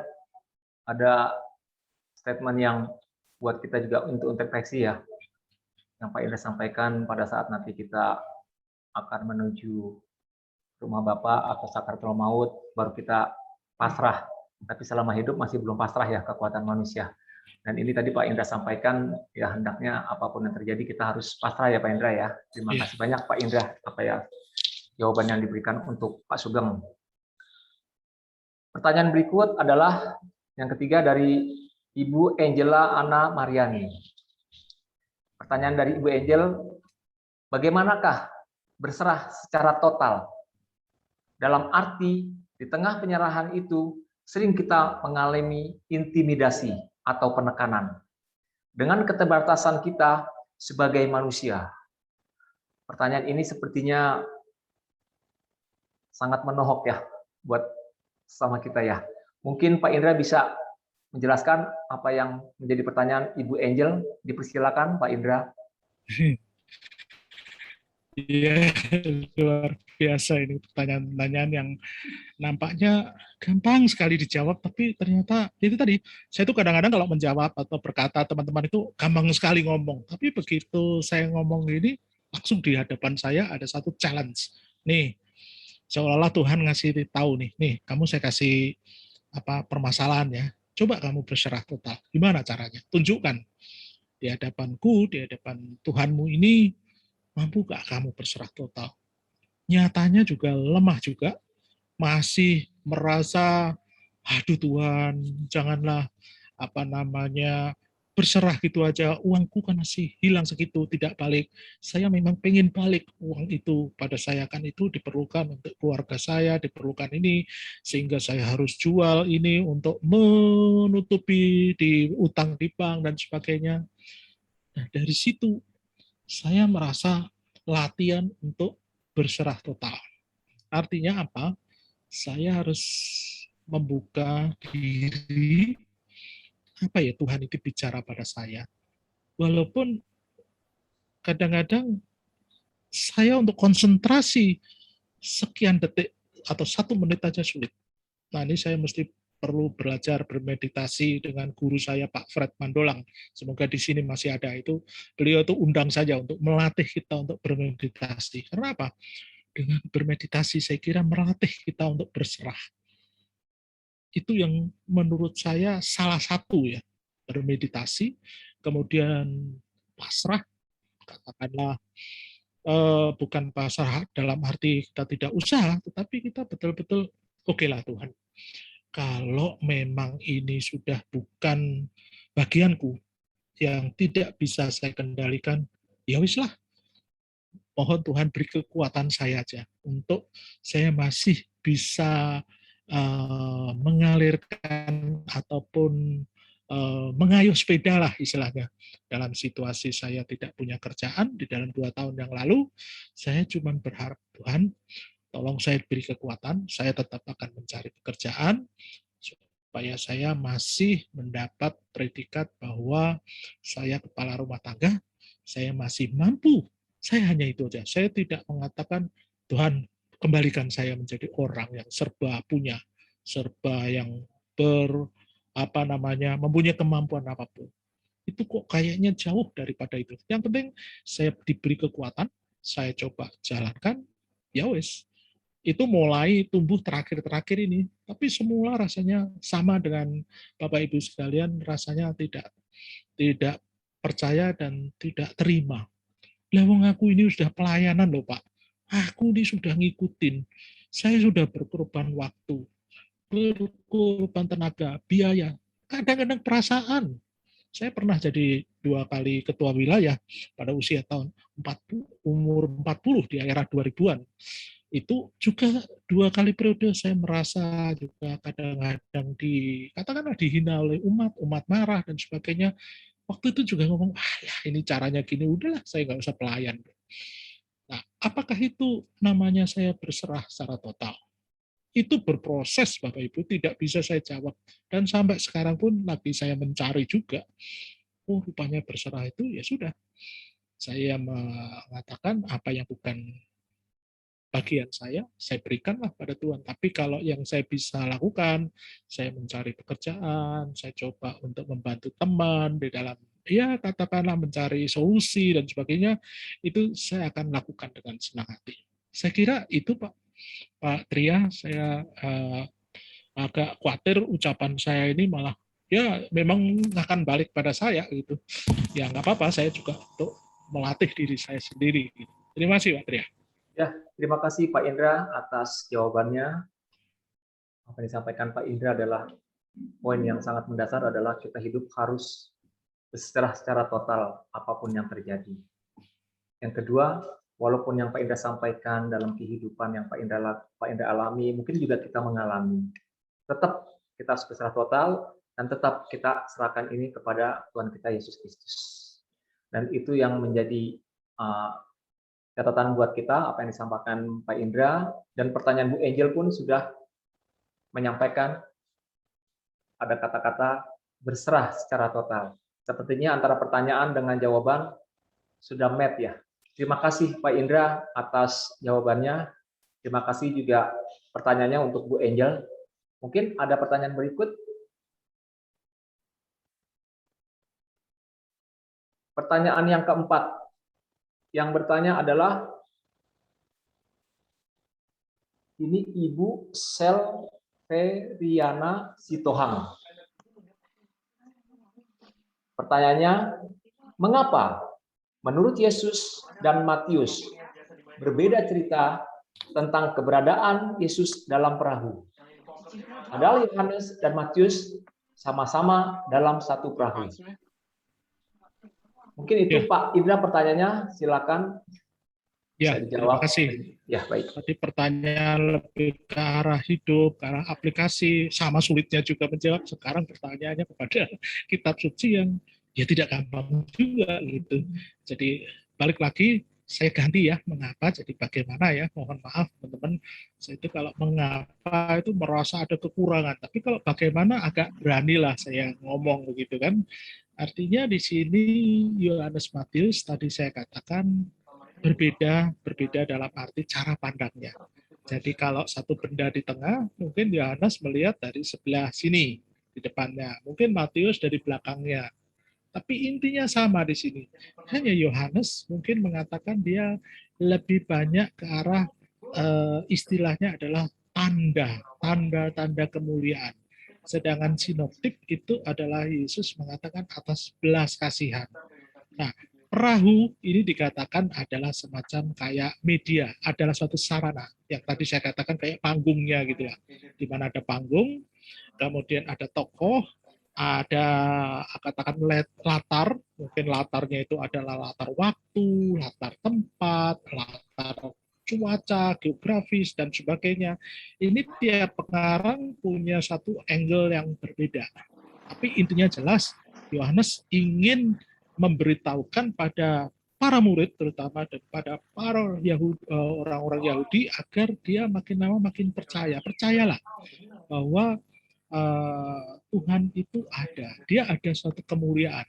Makanya di dalam Yohanes itu sampai ada 7 tanda, di mana tanda yang Yesus berjalan di atas air itu ada yang kelima. Dia memang kelihatannya nggak punya pasangan, tetapi kalau tanda yang di Kana itu berpasangan dengan penggandaan roti, kemudian yang tanda anak yang sakit oleh perwira, pegawai istana dengan orang yang buta sejak lahir dan sebagainya, itu ada sangat kemiripan. Kemudian ditambah Yohanes itu pandai sekali untuk mengatur aku adalah. Nah, itu untuk mencerminkan bahwa tadi yang 7 tanda dan 7 aku ini supaya ada satu pembaca kita itu makin percaya. Dan terakhir di ujung, lihat Maria Magdalena, sekalipun dia adalah perempuan yang katakanlah pada waktu itu perempuan menjadi nomor 2 kan, tapi dia mampu eksis. Bahkan orang atau perempuan yang pertama kali mendapat penampakan yang mengatakan aku telah melihat Tuhan, dan diperintahkan Maria Magdalena untuk pergi lari kepada para muridnya. Nah, tergantung pada Matius, Lukas apalagi tidak terlalu percaya dengan kata-kata wanita ini. Tapi Yohanes betul-betul memperlihatkan orang yang terpinggirkan, orang yang tertindas, dan sebagainya itu dianggap menjadi satu sarana untuk menuju bahwa ada tanda-tanda kemuliaan. Nah, itu kira-kira yang bisa dilihat. Kalau lebih jelasnya, Ibu Severina bisa masuk KPKS, saya kira akan lebih runut ya. Jadi kita ini sering mendengar banyak konsep kayak berserakan begitu, tapi nanti di dalam KPKS itu kayak di filing, diurutin gitu ya. Walaupun sebenarnya nggak demikian juga sih. Tapi paling tidak Bapak Ibu bisa tahu, oh iya ya cerita ini ada di sini. Bisa agak membayangin. Kalau di Bible itu ada timeline-nya dari awal sampai akhir, mulai dari Abraham sampai kitab Wahyu, itu paling tidak ada tempatnya di sini. Nggak masalah, kita hanya tahu segitu, nah kedalamannya mungkin pelan-pelan. Jadi itu yang bisa saya jawab. Saya tidak bisa jawab detail karena itu sudah harus menggunakan katakanlah bacaan-bacaan literatur. Tapi setelah ini mungkin pertanyaan semua ini tolong diberikan ke saya, Pak. Saya akan nambahkan mungkin lebih detail, lebih baik daripada omongan saya mungkin kurang teratur dengan rapi. Tapi paling tidak Yohanes ataupun Injil Sinoptik, tidak hanya Matius, punya cara pandang yang berbeda. Intinya sama. Terima kasih, Pak Tria. Ya, terima kasih Pak Indra atas jawaban yang diberikan, terutama dari pertanyaan Ibu Severina Sitohang. Kita sudah sama tahu ya bahwa Injil Sinoptik itu ada Yohanes, Matius, dan Pak Indra sudah menyarankan kalau secara detail, secara runut, dan maupun secara metode yang sistematik, dan pas banget Pak Indra sampaikan, kalau bisa ada waktu, dan Tuhan pasti akan memberikan. Ikut KPKS ya Pak Indra ya? Nah, itu lebih mendalami ya. Promosi lah. Ini mana ada pengurus KPS di sini, boleh dilampirkan juga itu informasi flyernya. Kebetulan KPKS Yohanes Penginjil di Bogor juga lagi buka, mungkin Bapak dan Ibu kalau mau ingin berkenan bisa ikut, masih online, bisa nanti kita dari panitia bisa kasih linknya untuk daftar. Oke, mungkin kita pertanyaan berikut nih Pak Indra, yang kelima dari Bapak Justinus Yosef. Adapun pertanyaannya adalah, salah satu mengelola ketakutan adalah berserah kepada Tuhan. Hal ini terkait dengan rasa percaya kepadanya. Seringkali saat muncul ketakutan, ada niat ingin berpasrah, namun sulit untuk yakin dan percaya. Mohon pencerahan Pak Michael atau Pak Indra. Nah, ini. Iya, hampir sama dengan tadi ya. Hanya setiap kali saya ngobrol-ngobrol ini dengan teman-teman ataupun dengan KKS, itu pasti saya ingat ketika saya masih senang atau bergumul dengan sebagai konselor. Pasti ingat ya, ada PCC di Keuskupan Bogor, Pastoral Counseling Center, itu pada waktu angkatan pertama 2008, saya coba belajar 4 bulan, 4 bulan, 4 bulan, jadi trimester ya. Tiap 3 bulan atau 4 bulan ya, Pak Tria juga kurang bisnis itu. Nah, di situ kami diajarkan untuk mendengarkan. Setiap orang yang bicara adalah keluhan, itu adalah kiriman Tuhan. Kita wajib mendengarkan dan coba untuk paraphrasing, mencoba mengulang apakah benar pemahaman seperti itu. Jadi saya baru ingat mereka itu juga mengalami ketakutan. Pertanyaannya sama. Setiap kali saya ada pertanyaan ini, saya ingat sekali, walaupun saya tidak catat itu. Karena ada yang mirip dengan kejadian-kejadian saya. Pak, kenapa ya? Tentunya saya nggak bisa menyebutkan nama ya, walaupun saya ingat nama yang datang itu, karena tiap kali kami melakukan katakanlah tugas sebagai konselor, sebagai garda depan sebelum masuk ke Romo waktu itu, masih ada zaman almarhum Roman Alphonse Batu, kami dilatih untuk mendengar. Kalau sudah kelihatannya berat, berikan kepada Romo. Tapi yang sifatnya dia hanya noisy ataupun curhat, coba kamu dengarkan dulu. Kamu belajar pada ketakutan-ketakutan. Mungkin kamu juga seperti itu. Jadi mirip seperti ini, gimana ya Pak? Saya ini udah percaya loh. Saya sudah ikut novena, saya sudah ikut ya kategori apapun, dan sampai pelayanan, sampai ketua rukun, ketua lingkungan saya lakukan. Tapi saya tetap aja itu Pak, kadang-kadang nggak percaya ini Tuhan ada, sulit saya lakukan, muncul lagi ketakutan-ketakutan, apalagi ya saya tidak bisa mengatakan permasalahan di sini karena sifatnya pribadi ya. Artinya di dalam keluarga itu dia mengalami ketakutan, ada satu ketidakpercayaan begitu. Nah, oleh sebab itu saya cuma berpikir apa yang diajarkan oleh almarhum Romo Alphonse Batu, coba kamu perhatikan. Katanya ada, kalau nggak salah ada 4, tolong Pak Tria koreksi ya. Mungkin permasalahannya adalah ekonomi, mungkin permasalahan adalah recognition. Saya ini biasanya recognition, jadi harus dipuji, harus dikatakan, oh kamu ini berhasil ya, kamu ini ada orang-orang yang seperti itu. Mungkin saya di situ. Kemudian masalah cinta kasih mungkin kurang, atau ya secara umum self defense, selalu saya ingin mempertahankan diri. Atau dalam suatu tidak ada yang single. Dari keempat itu biasanya kombinasi mana yang dominan gitu.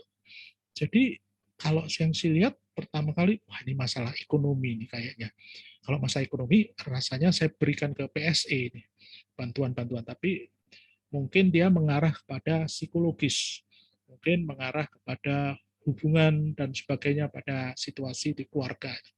Jadi mesti harus tahu titik tolaknya ada di mana. Saya kira manusia itu unik, Bapak Ibu, walaupun kami sudah diberikan satu tool-tool, katakanlah semacam kayak, kalau di penyakit hewan, penyakit manusia ada sih namanya problem tree begitu, tapi kalau di manusia ini kompleks sekali. Apakah dia psikis atau dia psikologis, itu ya tidak begitu beda. Kadang-kadang saya juga merasakan, wah unik sekali memang ciptaan Tuhan ini. Penyakit kita bisa berasal dari gara-gara psikis, kejiwaan. Nah, ini terakhir ini hampir dikatakan psikis ini. Jadi oleh sebab itu bagaimana kita berpasrah, ya tadi yang saya katakan, saya tidak bisa punya pendapat yang tokcer hebat. Kita hanya harus berani melakukan pemisahan. Apa yang kita bisa lakukan, lakukan. Apa yang kita memang sudah bisa lakukan, serahkan. Ya wis, ini punyamu Tuhan, tolong ya, beresin ya. Aku ngurusin yang ini aja. Gitu. Ngomongnya gampang, Bapak Ibu sekalian, tapi coba kita. Saya juga melakukan latihan-latihan. Kadang-kadang nggak terima saya. Aduh, kayak gini nih, Tuhan kok ya berikan lagi pada saya. Gitu. Ada PPKM, saya nggak bisa ketemu pelanggan lagi. Saya sudah harus punya target penjualan dan sebagainya. Ya kadang-kadang begitu, ngedumel itu biasa gitu. Artinya normal manusiawi, tapi apakah terus begitu? Itu kira-kira Pak Tria. Moga-moga bisa menjawab. Mungkin kurang sempurna saya kira. Terima kasih Pak Tria.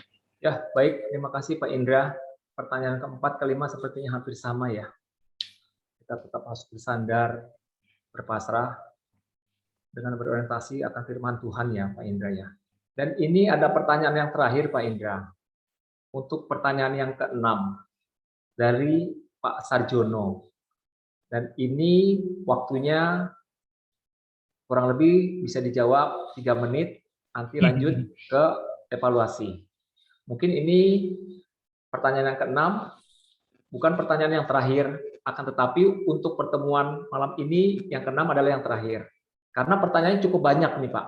Semakin malam semakin hot ya, apa yang disampaikan Pak Indra yang sangat inspiratif sekali. Ini pertanyaannya ada 19 Pak. Kalau sampai malam sepertinya nggak rampung-rampung dan kita nggak kembali ke rumah. Pak Tri harus bantu menjawab nih. Oh. Jadi ini pertanyaan terakhir Pak Indra, nanti saya kasih waktu 3 menit untuk menjawab. Pertanyaan ini dari Pak Sarjono. Adapun pertanyaannya adalah, Pak Indra mau tanya, apakah mukjizat yang dilakukan Yesus itu merupakan rencana Allah? Silakan Pak Indra. Nah, kalau sudah apakah agak senang saya. Apakah? Tapi kalau mengapa mukjizat dilakukan merupakan rencana Allah? Nah itu yang paling sulit saya. Tapi kalau apakah ya agak mending lah. Saya masih bisa dikit-dikit deh. Tapi teman-teman nanti bisa juga nambah. Saran saya, ikuti dulu sampai 8 kali. Nanti pada ujung ini baru tahu setelah ada mukjizat eksorsisme, ada penyembuhan fisik, ada mukjizat apa lagi itu. Pokoknya kan ada macam-macam sampai 8. Kalau itu Bapak ikuti semua dengan seksama dan ikut bertanya gini, makin lama makin tahu. Ini memang rencana Allah. Apa sih yang dinamakan rencana Allah? Apakah seperti kayak rencana manusia? Udah deh, manusia ini tuh saya cobain. Pak Tria itu coba, saya bikin takut, saya bikin galau misalnya. Saya bikin sakit katanya waktu itu. Pak Tria kan pernah sakit katanya dulu ya. Artinya coba saya bikin lah. Nanti kalau demikian beliau bisa minta saya minta mukjizat. Mungkin yang timbul di pikiran saya juga demikian. Apakah benar Tuhan itu suka mencoba-coba gitu? Nah, di surat Yakobus atau surat Paulus, nanti saya akan carikan bahwa Tuhan tidak pernah mencoba. Tuhan memberikan satu, katakanlah, pilihan kehendak bebas pada manusia. Kalau manusia itu memilih itu dan merasakan itu adalah katakanlah rencana Allah, ya makin lama saya kira dia makin tahu, oh benar, ini adalah rencana Allah yang dalam artian memang dia punya waktu, dia punya ruang, tidak sama dengan kita. Nah, kita bisa sabar nggak? Kita bisa fine tuning pribadi kita ini nyetel rencana Allah yang bagaimana. Yang jelas bisa dikatakan rencana Allah, tetapi dengan syarat kita harus legowo, kita harus bisa menerima dengan baik. Tetapi kalau katakan, wah ini rencana Allah yang membuat saya petaka nih Pak, saya nggak bisa jualan nih Pak, wah saya nggak bisa ketemu pelanggan nih Pak, ini Tuhan maunya gimana sih? Mau P3KM terus? Ya terserah apa katamu, itu kayak di viral itu kan lagunya si Bruri Marantika dibuat macam-macam itu kan, terserah apa maumu gitu. Nah itu saya kira Bapak Ibu sekalian, kita sama-sama mengatakan rencana Allah yang menuju kepada satu kehidupan kita yang baik. Itu yang harus ditempatkan dulu. Tapi kalau kita mengatakan, wah ini akan jadi celaka saya, nah ini yang repot. Kita membuat langsung secara pandangan hidup kita akan kurang baik ya saya kira. Tadi dikatakan bahwa, sebentar Pak Tria, tadi dikatakan ada, apakah kalau nggak salah saya dilihat di chat, memang banyak sekali, tapi ada yang bilang mengenai penyakit. Apakah ini betul-betul menjadi sesuatu sebab ya? Ya memang penyakit itu nanti tolong dikoreksi orang psikologi dan pada orang human medis, bahwa pada saat kita anxiety, ketakutan, kegalauan, itu langsung hormon adrenalin itu meningkat. Ini titik tolaknya. Hanya hewan itu ada adrenalinnya, tapi tidak. Mungkin ada stresnya juga, terutama di kera ya. atau di beberapa hewan produksi juga mengalami stres. Jadi adrenalin meningkat itu menimbulkan efek yang beribu-ribu macam biokimiawi di dalam tubuh kita. Salah satunya adalah asam lambung. Begitu asam lambung meningkat, wah sudah kemana-mana deh. Artinya yang komorbid atau sakit ikutan mulai naik. Ditambah adanya virus COVID katakannya, itu malah membuat runyam dan sebagainya. Justru mungkin kematian seseorang bukan karena virusnya, tetapi karena hal-hal yang komorbid ini yang menyebabkan dia mungkin dari kepikiran, mulai dari adrenalin, kemudian stres, menimbulkan kompleks itu. Nah, oleh sebab itu, yuk kita coba belajar sama-sama, coba legowo, hilangkan, jangan sampai adrenalin itu terus naik. HCl lambung kita naik, itu yang menurut saya akan menjadi sesuatu yang katakanlah bahaya bagi kesehatannya, yang menimbulkan nanti berbagai penyakit yang semula dari efek psikologis menjadi efek yang sifatnya kerusakan fisik, baik organ, jaringan, dan sebagainya. Itu kira-kira Pak Tria, lebih dari 3 menit, sorry Pak Tria. Ya, Terima kasih, selamat malam. Ya, terima kasih Pak Indra. Oh ya, saya tambahkan pertanyaan berikutnya tolong kasih ke saya Pak ya. Saya akan coba dari sini saya belajar, saya jawabin one by one, saya masukkan ke WhatsApp group. Oke, terima kasih Pak Tria. Ya, baik Pak Indra, terima kasih. Malam ini memang masih ada kurang lebih pertanyaan 13 dan Pak Indra pun meminta nanti akan kami kirim Bapak dan Ibu pada malam hari ini yang belum sempat terjawab karena memang waktu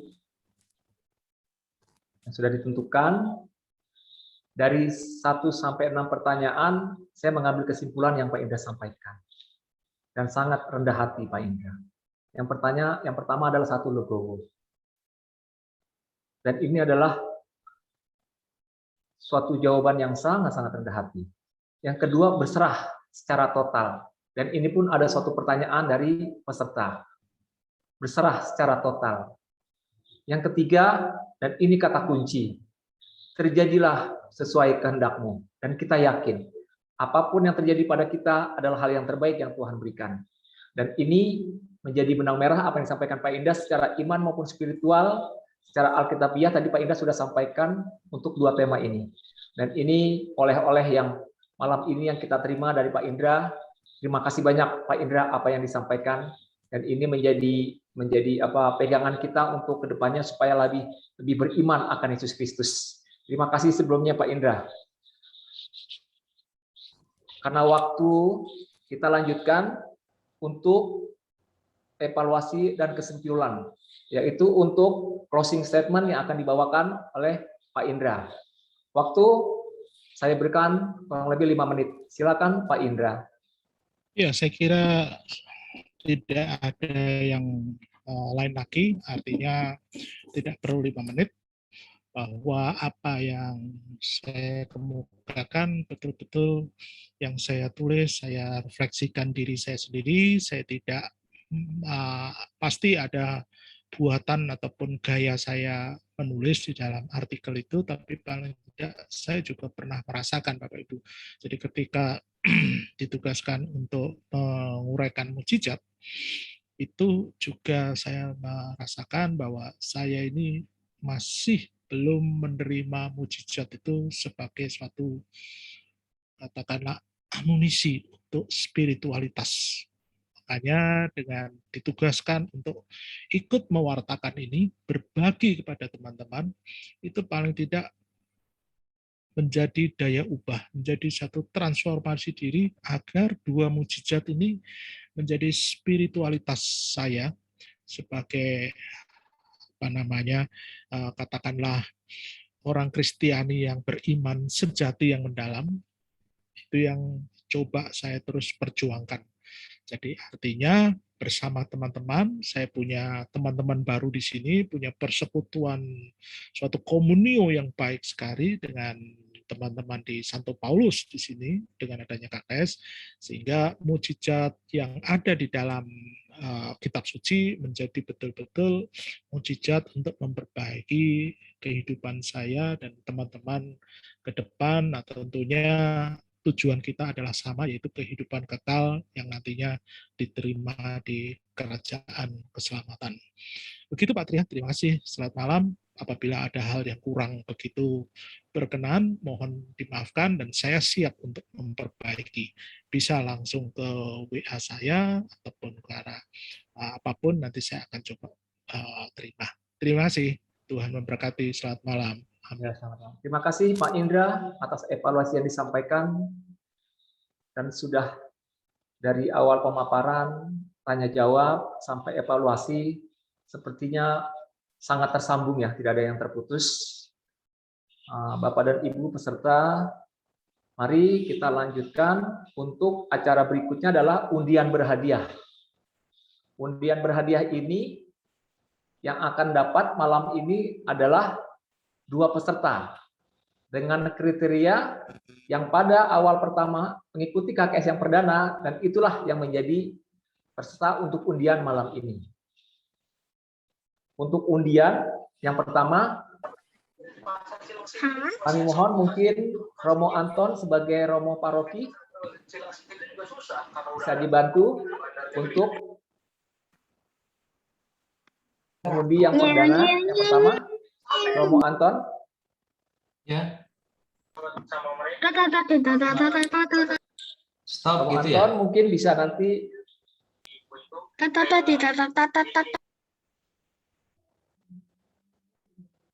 Ya, silakan Romo Anton bisa bilang start dan stop. Silakan Romo Anton yang untuk perdana. Silakan diundi siapa yang dapat malam ini.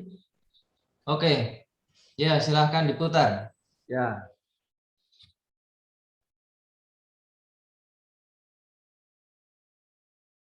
Ya, stop.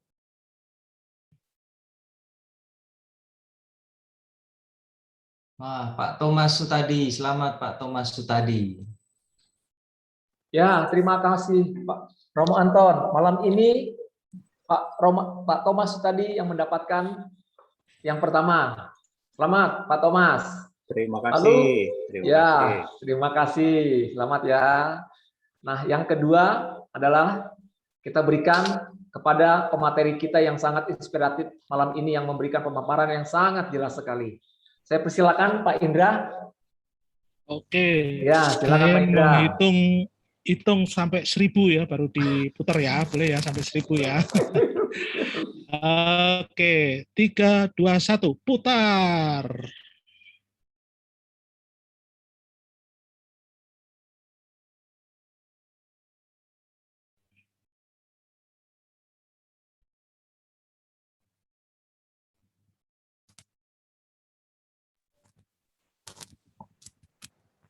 Ya, Pak Indra, siapa yang dapat Pak Indra? Apa ini? Stefani Wike. Ya. Wike Teja. Temannya Pak Tria nih. Yang dapat yang kedua yang diputar oleh Pak Indra itu Ibu Stefani Wike T. Selamat Ibu Stefani untuk game yang kedua. Tapi adakah orangnya? Harus ditanya, adakah orangnya hari ini? Kalau nggak ada, gugur loh. Ya. Harus hadir terus pokoknya. Halo, Bu Stefani. Ada Bu Wike ini, temenmu A11. Ya. Bu Stefani. Oh, hadir. Sekali lagi dipanggil. Bu Stefani. Pas. Pas. Kalau pas, sementara kita dis dulu ya Pak Indra ya. Kita lanjut ya. Ya. Ya, sesuai dengan aturan ya. Oke, monggo Pak Indra. Oke. 3, 2, 1. Putar.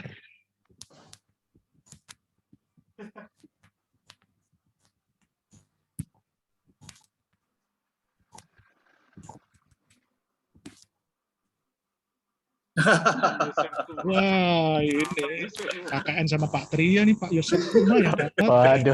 Siapa Pak Indra yang dapat Pak? Yang Pak kedua Yosef Pak. Kuma. Wah, Ada jangan Pak Yosef. deh. Oh, Pak Apa Yosef dilempar Kuma. lagi deh? Nah. Oh, Pak Yosef Kumah hadir? ini ada hadiahnya sepeda loh Pak, nggak mau Pak? Kasih Dilempar Patria aja, ya. Pak Indra. Oh gitu. Aduh, Ya. Pak Yosef ini sangat rendah hati sekali ya, hebat. Oke, Ya. kalau gitu kita putar lagi Pak Tria ya, sampai malam nggak apa-apa ya, ini ya, putar terus ya. 3, 2, 1, putar. Tata perayaan Ekaristi.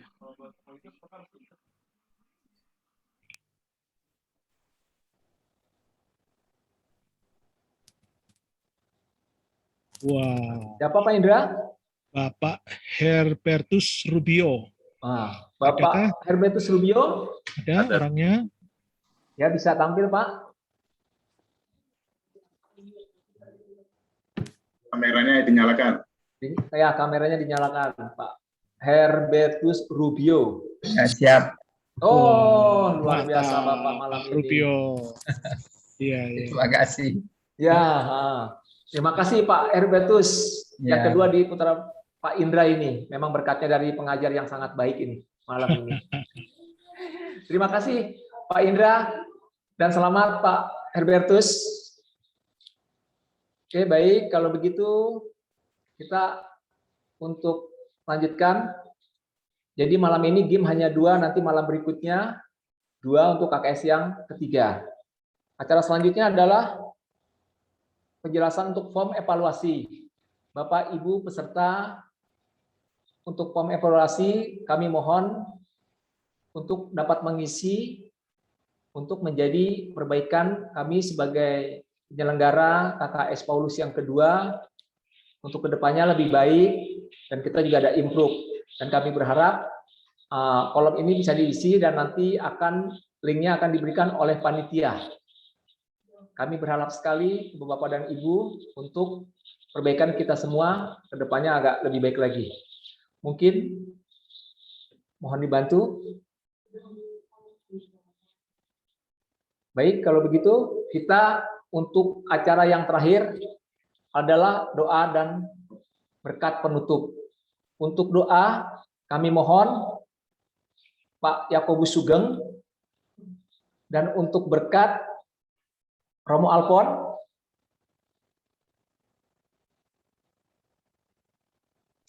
Romo Alfon, boleh minta berkatnya Romo Alfon.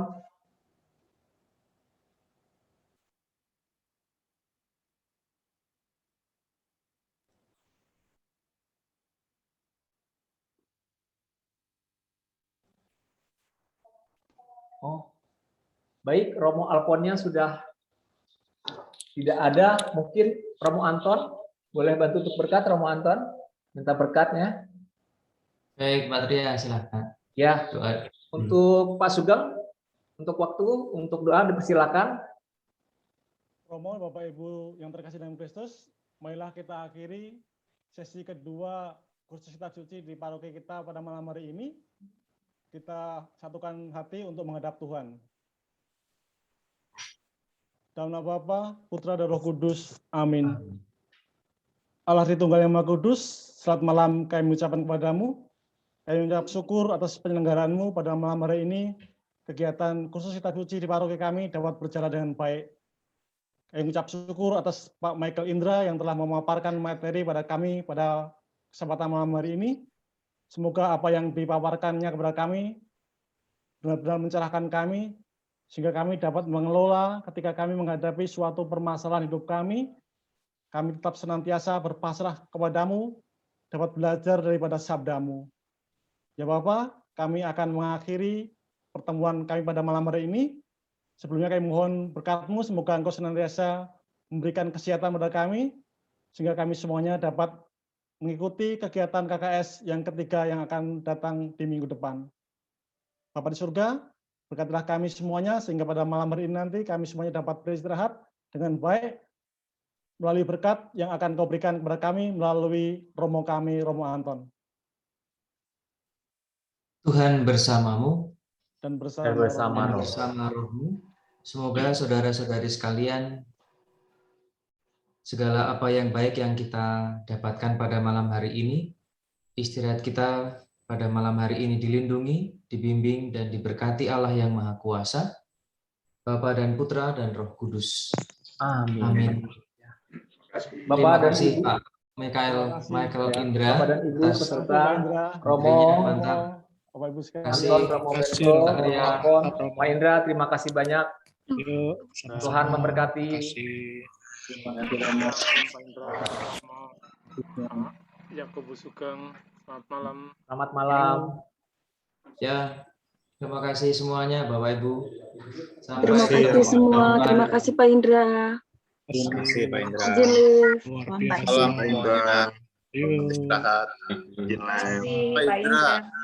Ya, hati-hati ya pulangnya ya. Hati-hati pulangnya jauh ya. Ke Depok, Pak. Depok, ya jauh. Selamat malam semua. Ah, Malam. Selamat malam Pak Indra. J, Malam Pak Matur Indra. suwun, sami-sami.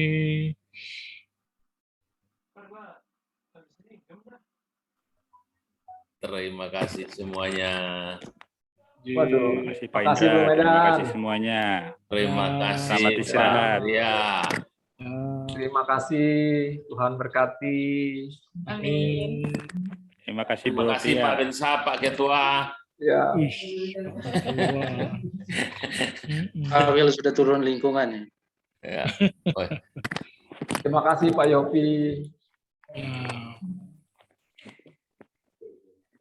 kasih. Sampai jumpa pada pertemuan ketiga. Pak Fred Mandolang masih adakah? Masih ada. Kalau ada kan bisa langsung bicara dengan moderator minggu depan ya. Oh, Pak Fred sudah nggak ada ya?